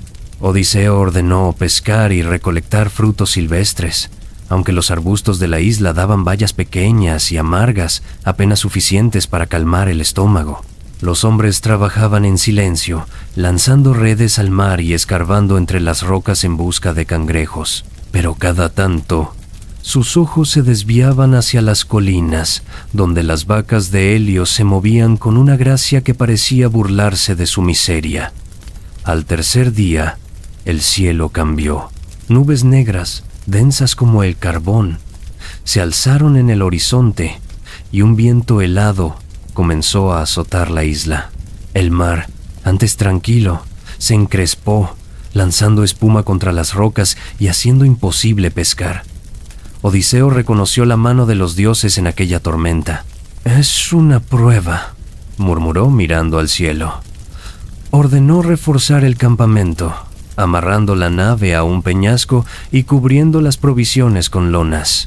Pero las reservas, ya escasas, se agotaban rápidamente. Los hombres, con los estómagos rugiendo, comenzaron a murmurar.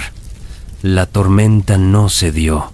Día tras día, la lluvia caía como un castigo, empapando el campamento y apagando las fogatas. Los frutos silvestres se pudrieron y las redes regresaban vacías. Para la segunda semana, los hombres estaban demacrados, con las mejillas hundidas y los ojos inyectados en sangre. Odiseo, que apenas probaba bocado para dejar más a su tripulación, recorría el campamento, exhortándolos a resistir. «Helios nos observa», les decía, señalando el cielo, que, aunque nublado, parecía arder con una presencia invisible, pero sus palabras, antes inspiradoras, ahora sonaban huecas. Eurylochus, el segundo al mando, comenzó a alzar la voz en las noches, cuando Odiseo se retiraba a inspeccionar la nave. Sentado junto a los hombres, con el rostro iluminado por las brasas, susurraba: «¿Por qué moriremos de hambre cuando hay comida a nuestro alcance? Esas vacas no son más que ganado. Helios no bajará del cielo por unas pocas». Los hombres, al principio reacios, comenzaron a asentir. La idea, como una semilla venenosa, echó raíces en sus corazones. Al 20º día, la tormenta seguía rugiendo y las provisiones se habían reducido a un puñado de bayas mohosas.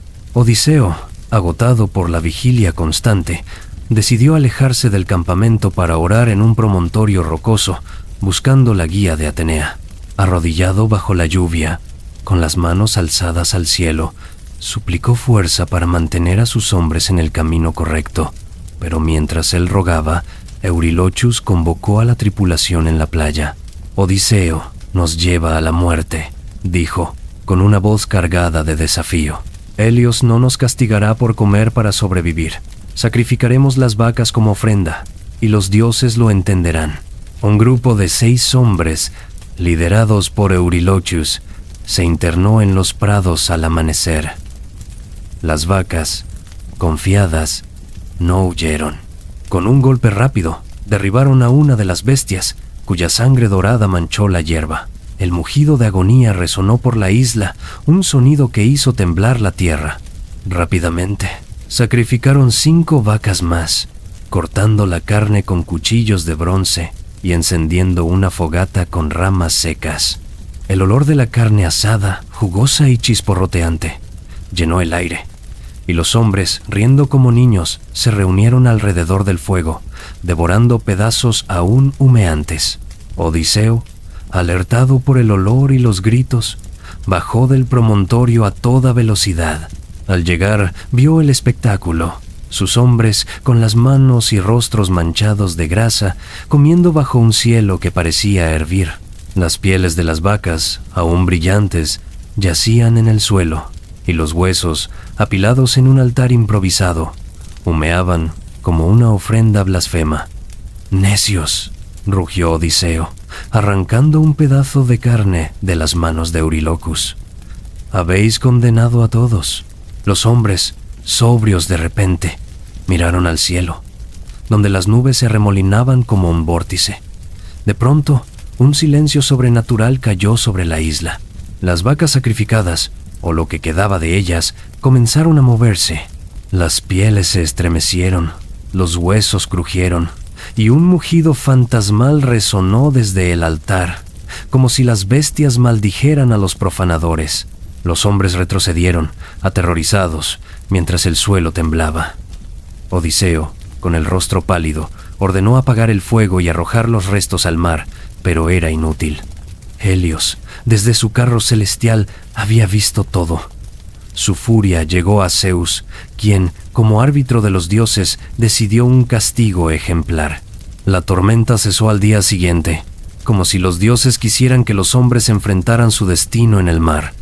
Odiseo, con el corazón apesadumbrado, ordenó zarpar de inmediato.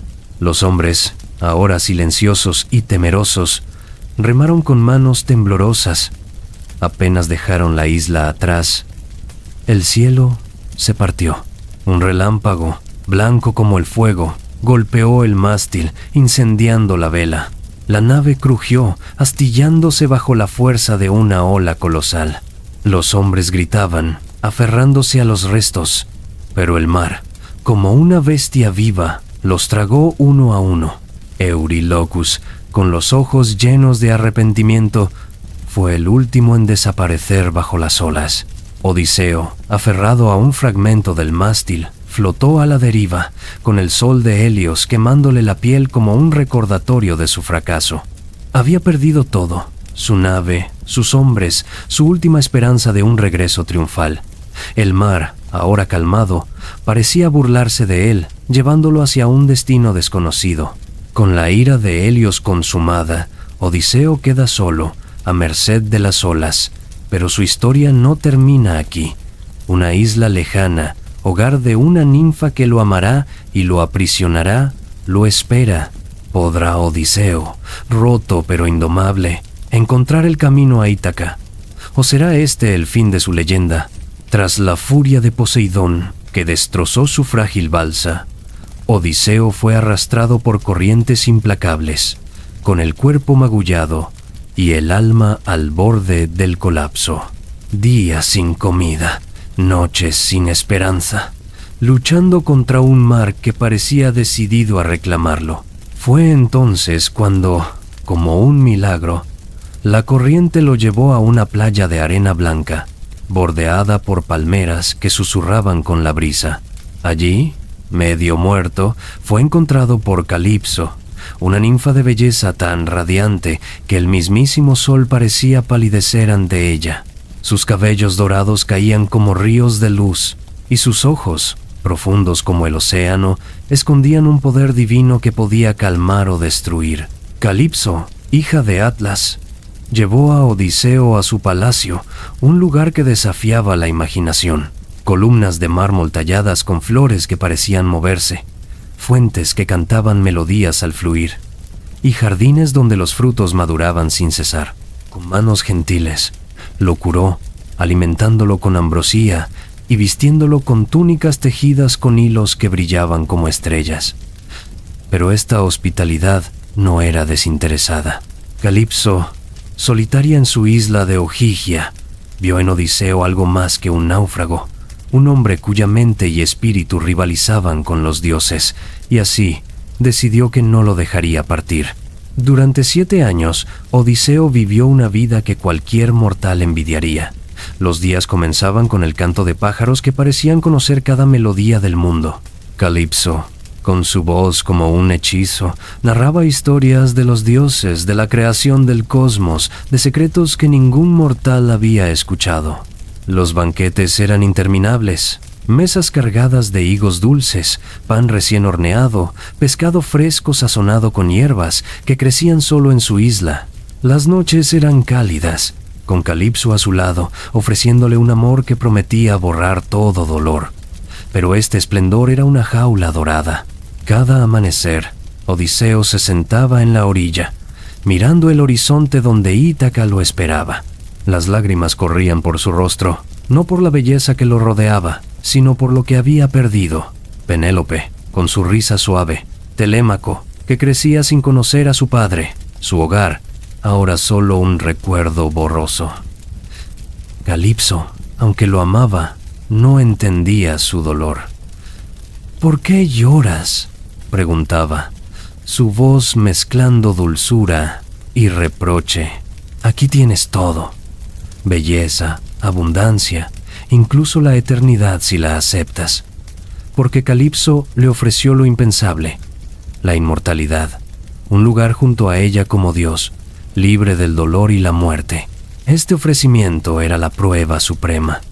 En la cultura griega, la inmortalidad era el mayor don de los dioses, pero también una renuncia a la humanidad. Odiseo, con su corazón anclado en Ítaca, respondió con palabras que resonaron como un desafío.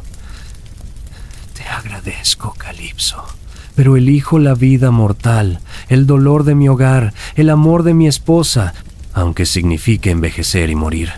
Esta decisión no solo mostraba su lealtad, sino su profunda humanidad, un rechazo a la perfección divina en favor de lo imperfecto, lo real. Los 7 años en Ogygia no fueron solo un exilio físico, sino una batalla interna. Odiseo, el hombre que había burlado a cíclopes y hechiceras, ahora luchaba contra sí mismo. La isla era perfecta, pero esa perfección lo asfixiaba. Cada día, la tentación de rendirse crecía. Olvidar Ítaca, olvidar el dolor, aceptar el amor de Calipso y vivir para siempre. Pero cada noche, los recuerdos lo atormentaban. La voz de Penélope, el rostro de Telémaco, las colinas rocosas de su isla natal. En la mitología griega, este conflicto refleja el concepto de Nostos, el anhelo de regresar al hogar, un tema central de la Odisea. Odiseo no era solo un héroe de acción, sino un símbolo de la lucha por mantener la identidad frente a la seducción del olvido. Calipso, aunque divina, no era cruel. Lo amaba sinceramente, y su amor era tanto un regalo como una cadena. Ella intentaba distraerlo con paseos por grutas donde las estalactitas brillaban como joyas o con danzas de ninfas que servían en su palacio. Pero Odiseo, incluso en los momentos de risa, llevaba una sombra en los ojos. Su mente, siempre activa, comenzó a planear. Construía pequeñas balsas en secreto, aunque sabía que escapar de una isla divina sin permiso era imposible. La desesperación lo empujaba, pero también lo fortalecía.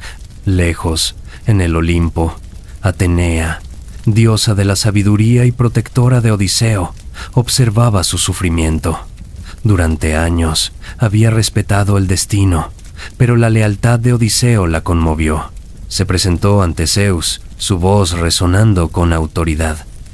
Es justo que un hombre que ha enfrentado tanto por su hogar languidezca en una isla, prisionero de un amor que no desea.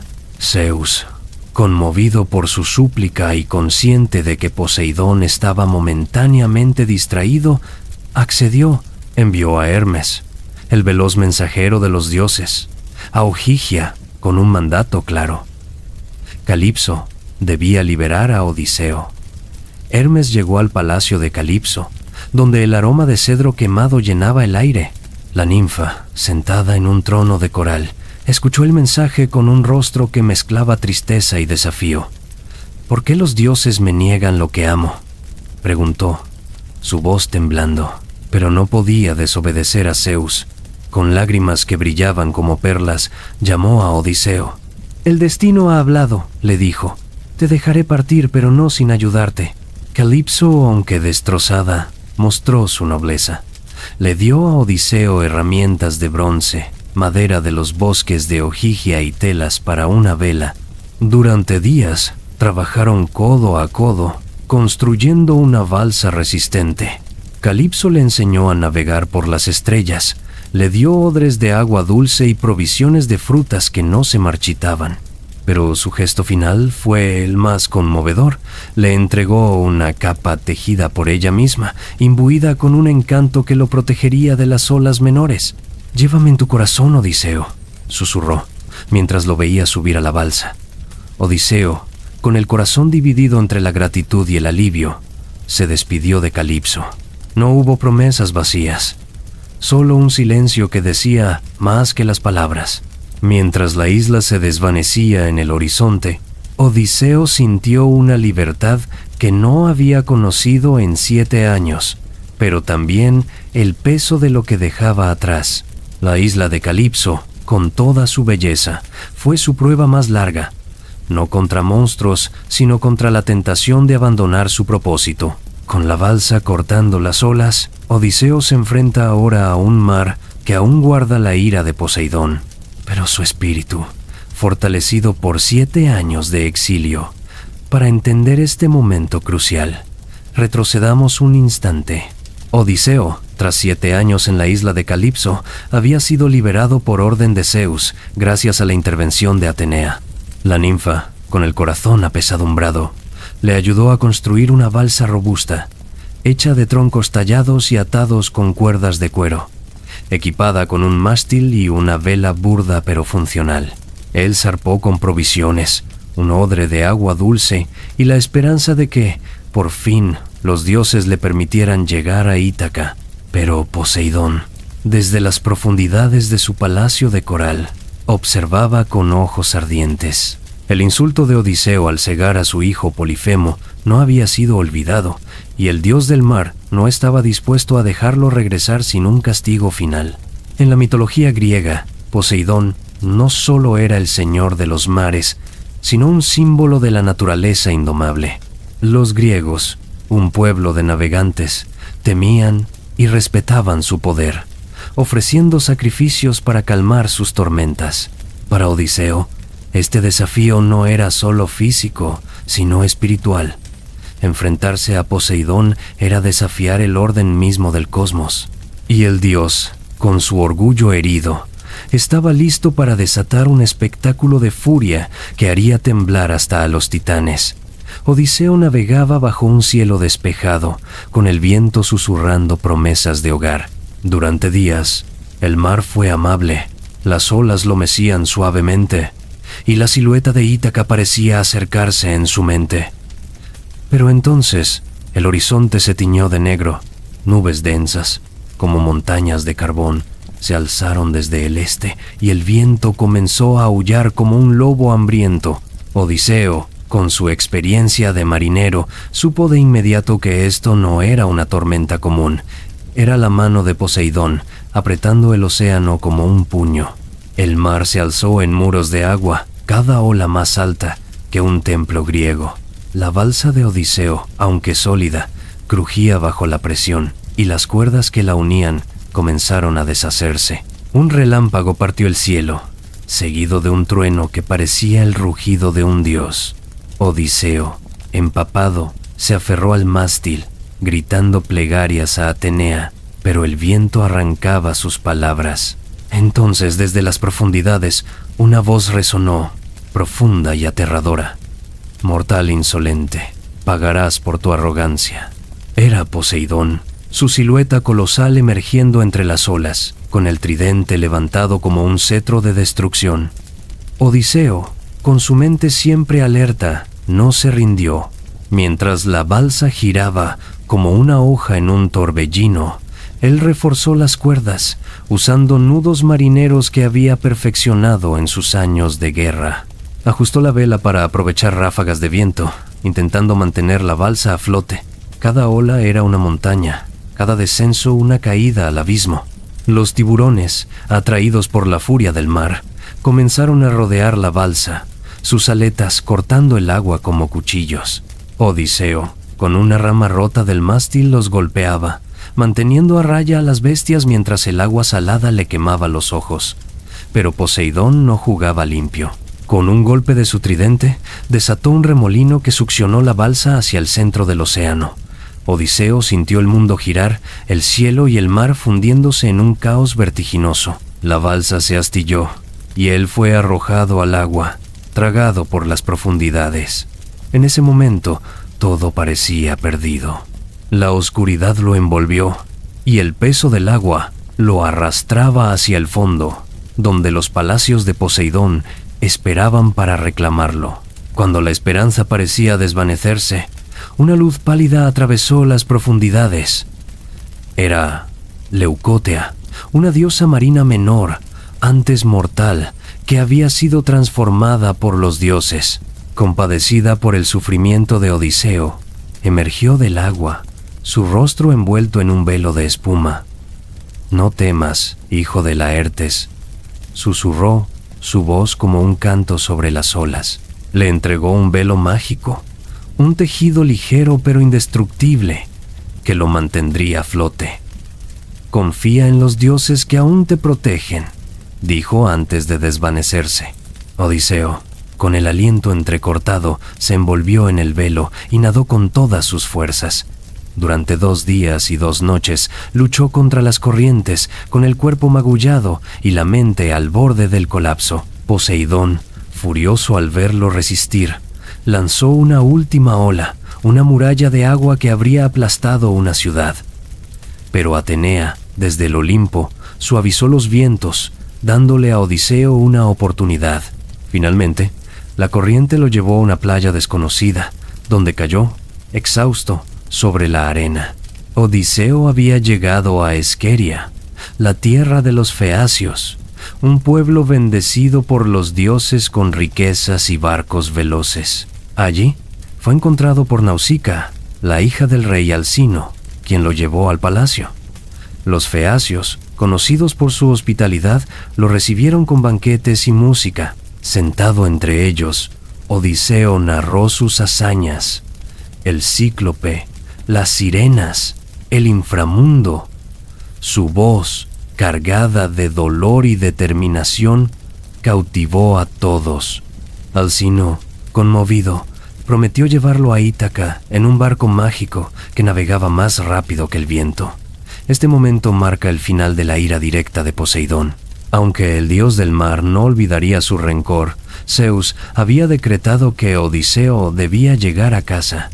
Los feacios, con su generosidad, representaban un raro momento de bondad en un viaje lleno de traiciones. En la cultura griega, su hospitalidad refleja el valor de la seña, la sagrada ley de acogida a los extraños, un principio que Odiseo había visto violado una y otra vez. Con el velo de Leucótea aún en su corazón, Odiseo duerme en el barco feacio, acercándose por fin a Ítaca. Odiseo despertó en una playa desconocida, rodeado de niebla, con el murmullo del mar como único compañero. Los feacios, fieles a su promesa, lo habían dejado en Ítaca durante la noche, junto a tesoros de oro y bronce cubiertos por un manto. Pero el paisaje no era el que recordaba. 10 años de ausencia habían transformado su isla, o quizá era él quien había cambiado. Desorientado, temió que los feacios lo hubieran traicionado. Entonces, Una figura se acercó, una joven de rostro luminoso, envuelta en una aura divina. Era Atenea, su protectora, disfrazada como pastora. «¿Qué tierra es esta?», preguntó Odiseo, ocultando su identidad por instinto. Atenea, sonriendo ante su cautela, le reveló que estaba en Ítaca, pero también le dio una advertencia. Su palacio estaba invadido por más de 100 pretendientes, hombres codiciosos que, creyéndolo muerto, devoraban su riqueza y acosaban a Penélope para que eligiera un nuevo esposo. Telémaco, su hijo, era ahora un joven, pero estaba solo contra una horda. «Debes actuar con sigilo», dijo Atenea. Con un toque de su vara, transformó a Odiseo en un mendigo. Su piel se arrugó, su cabello se volvió gris y sus ropas se convirtieron en harapos. Su arco y su espada quedaron ocultos en una cueva, protegidos por la diosa. Este disfraz era más que una máscara. Era una prueba de humildad para un hombre acostumbrado a la gloria. En la cultura griega, la hospitalidad hacia los extraños era sagrada, y Atenea sabía que, como mendigo, Odiseo vería la verdadera naturaleza de quienes ocupaban su hogar. Su corazón latía con furia, pero su mente, siempre afilada, comenzó a trazar un plan. Siguiendo el consejo de Atenea, Odiseo se dirigió a las tierras altas, donde vivía Eumeo, su fiel porquero. La cabaña de Eumeo era humilde, construida con piedra y madera, con un corral donde gruñían cerdos de colmillos afilados.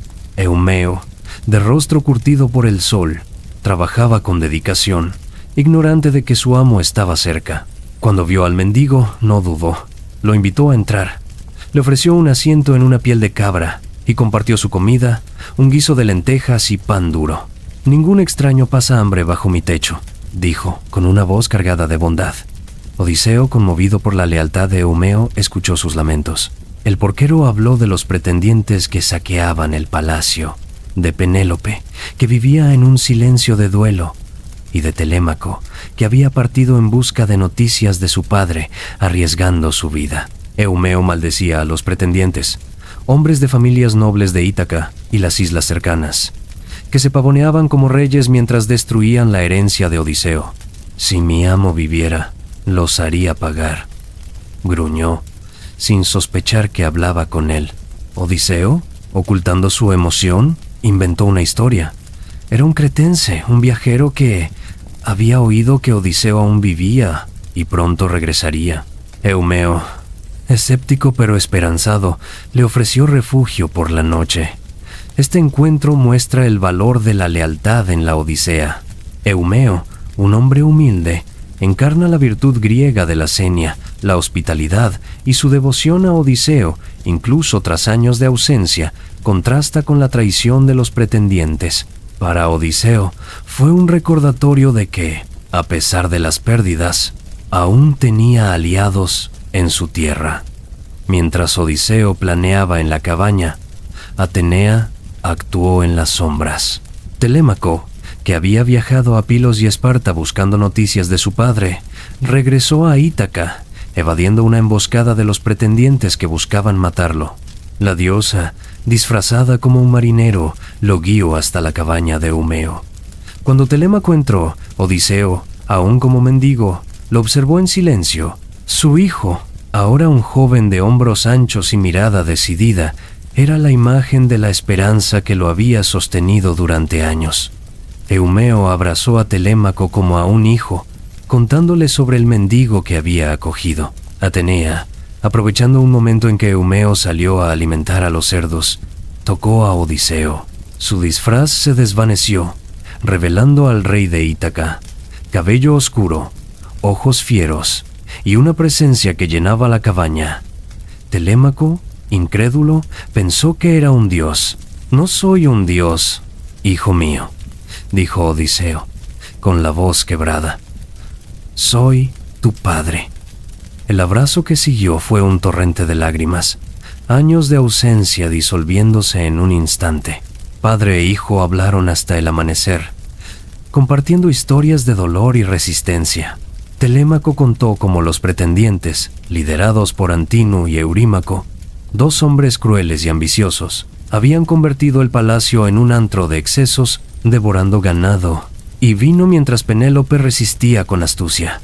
Odiseo reveló su plan: entrar al palacio como mendigo, observar a los pretendientes y esperar el momento perfecto para atacar. Telémaco, aunque temeroso, juró seguirlo. «Seremos 2 contra 100», dijo Odiseo, «pero con Atenea de nuestro lado, venceremos». Decidieron que Telémaco regresaría al palacio primero, fingiendo ignorar al mendigo, mientras Odiseo llegaría después con Eumeo. Al día siguiente, Odiseo y Eumeo caminaron hacia el palacio. La vista lo golpeó como una lanza. Su hogar, una vez lleno de risas y orden, era ahora un caos de gritos y desechos. Los pretendientes, vestidos con túnicas finas, jugaban a los dados, bebían vino de sus tinajas y acosaban a las sirvientas, algunas de las cuales los servían por miedo, otras por traición. Odiseo, con su capa raída y un bastón nudoso, entró en el patio, ignorado por todos salvo por Argos, su viejo perro de caza. El animal, cubierto de pulgas y apenas capaz de moverse, levantó la cabeza, reconoció a su amo y, con un último gemido, murió. Odiseo, ocultando sus lágrimas, juró en silencio hacer pagar a los culpables. Antino, el más arrogante de los pretendientes, lo vio y se burló. «Mirad a este pordiosero», gritó, lanzándole un taburete que golpeó a Odiseo en el hombro. Él no se inmutó, su rostro una máscara de sumisión, pero sus ojos ardían. Otros pretendientes lo insultaron, arrojándole huesos de cerdo, mientras las sirvientas leales, como Euriclea, su antigua nodriza, lo miraban con compasión, sin reconocerlo.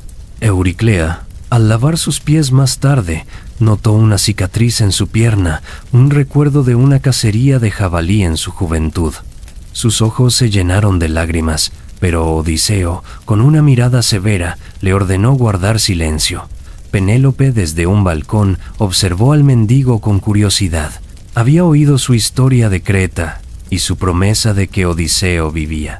Su corazón, endurecido por años de espera, vaciló. Decidió entrevistarlo en privado. En una sala iluminada por antorchas, le preguntó por su esposo. Odiseo, con voz temblorosa, describió a Odiseo como un hombre valiente, atrapado por desgracias, pero vivo. Penélope lloró, pero su cautela la frenó. Anunció entonces su desafío: el arco de Odiseo, una prueba que solo un hombre digno podría superar. Con el palacio sumido en el caos, Odiseo, Telémaco y sus pocos aliados preparan el golpe final. Un arco, una flecha y un plan perfecto están a punto de desatar la venganza de un rey que ha esperado 10 años para reclamar lo suyo. El palacio de Odiseo, antaño un símbolo de orden y prosperidad, era ahora un antro de excesos. Más de 100 pretendientes, nobles de Ítaca y las islas cercanas, se habían instalado allí, convencidos de que el rey estaba muerto. Día tras día, sacrificaban el ganado de Odiseo, bebían su vino y se pavoneaban como si el trono les perteneciera.